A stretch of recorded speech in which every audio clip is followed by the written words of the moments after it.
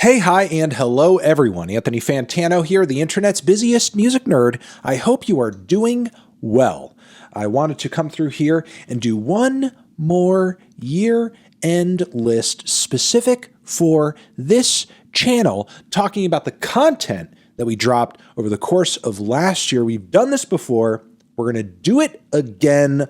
Austin and I have listed out in no particular order. Okay, I lied. The last video is collectively our favorite video of the year. But generally speaking, the videos I'm listing are in no particular order the best pieces of content, in our opinion, on this channel over the course of a year, which we felt was worth mentioning and worth doing because we make a lot of different kinds of videos on the Fantano channel over the course of any given year. Some of them are serious, some of them are shit posts, some of them are lists, and some of them are interviews, and so on and so forth. Linked down below, you can check out some of the content for yourself if you haven't seen any of these videos or some of them, and relive some of the memories together with all of us as a community or something heartwarming. Okay, the first video I'm going to reference now is I'm a Disgrace. That was personally a highlight for me over the course of this year. This video was particularly funny. Earlier this year, I found that I had a cavity when I went to the dentist, which was sad and unfortunate. And I just thought that I would respond to this personal tragedy by making a video about how I'm just no longer allowed to be the best teeth in the game because I'm not taking care of my teeth. I'm not holding my throne properly. But yes, it was very funny to come on camera and be tongue-in-cheek and, you know, sort of performatively relinquish the throne of the best teeth in the game, which it's not actually. I'm still the best. I'm still the best, baby. Okay, the next video we are referencing here also added a bit of lore to the whole Fantano world. Austin chose this one because a lot of you guys freaked out about this realization on TikTok and on other social media platforms. Apparently, a lot of y'all didn't know that I've been sitting. So I did a video about how I have been sitting this whole time when doing reviews. Like literally over there, that is the area that I review in. It's right freaking there. It's in the same room as this room. Is that freaking you out too? That this room, the Fantano channel room, is the same room as the needle drop room? Oh my God. No idea why a lot of you guys just didn't have a clue. It's not like the shelf that I do my videos next to looks super tall, but I suppose when you only see one thing from a single angle for forever, it can come off a certain way, I suppose. But yeah, check out that video if you haven't, especially if you're just finding out now in this video that I've been sitting in my reviews the entire time. Next in our list here, we are going to shout out my review of the Kendricks The Heart Part 5.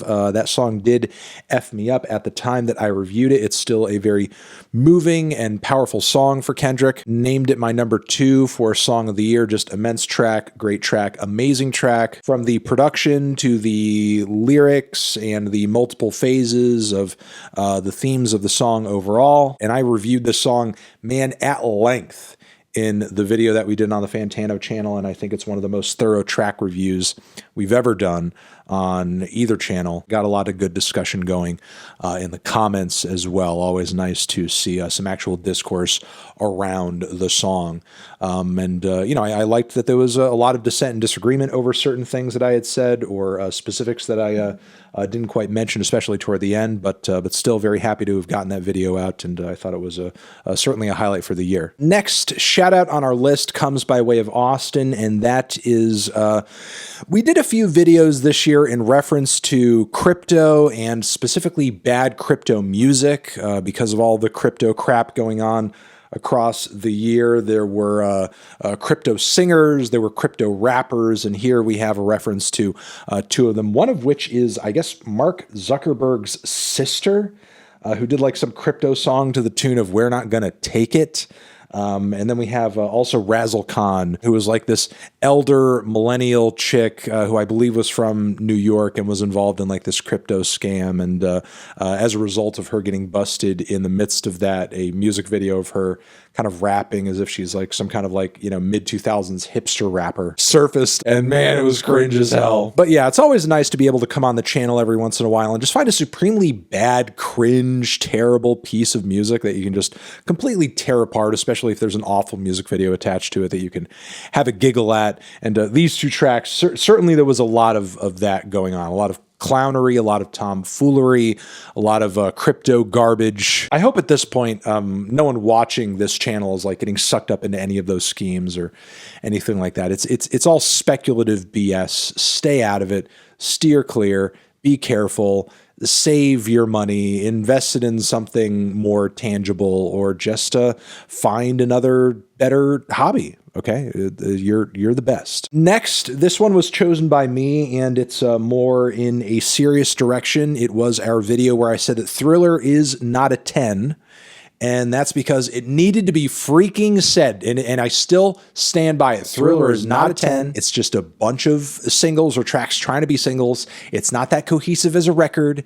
The Girl Is Mine is a whack track. I think Off the Wall is a more consistent record. I think even Janet Jackson has better records than Thriller. Don't get me wrong. The highlights are great. The bangers are bangers, and I go more at length with all of this in the video itself. But yeah, I just thought that was a significant thing that needed to be said, especially given the reactions to that video that I saw. Next video on the list Austin chose, and that one is NAV I'm Begging You. And that one was a highlight of the year because we were at a point of desperation where we really needed a new NAV album.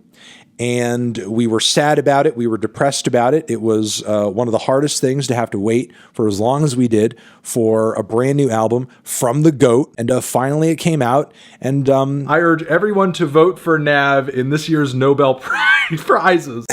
Yeah, I mean, it was a NAV album for the most part. But you know what? Like the anticipation and the lead up, that was nice. That was nice. I wish we can kind of go back to that moment in a way. And of course, the jokes, the pacing, Austin's edits, and everything in that video are fire as they typically are. So, you know.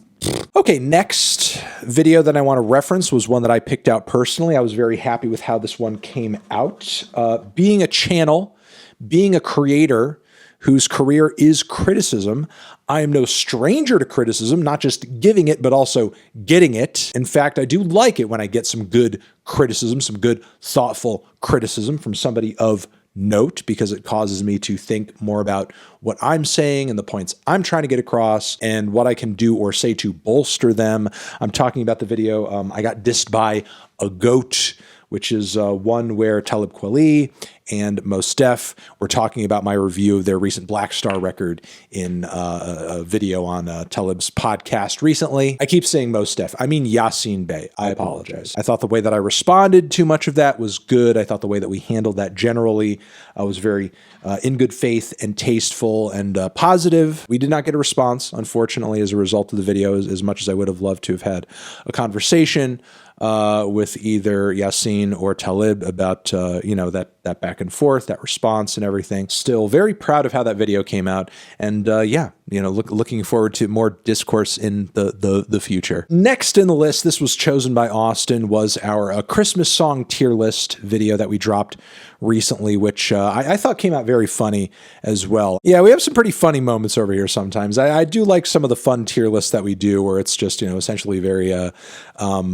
insincere and I'm being silly and I'm kind of taking the piss and so on and so forth. And I feel like that Christmas list is certainly an example of one of our best attempts at doing that. You know, we attempt, we're not always successful, but in that video, I think we were particularly, especially the Dominic the Christmas Donkey comments. Even though the Christmas season is over, there are some good laughs to be had in that one, in my opinion. Okay, this next video I'm going to reference here, I'm going to say is like the second best video, our second favorite. We both came to a consensus that we both liked this one and added it onto the list together. That would be my response to the drama video.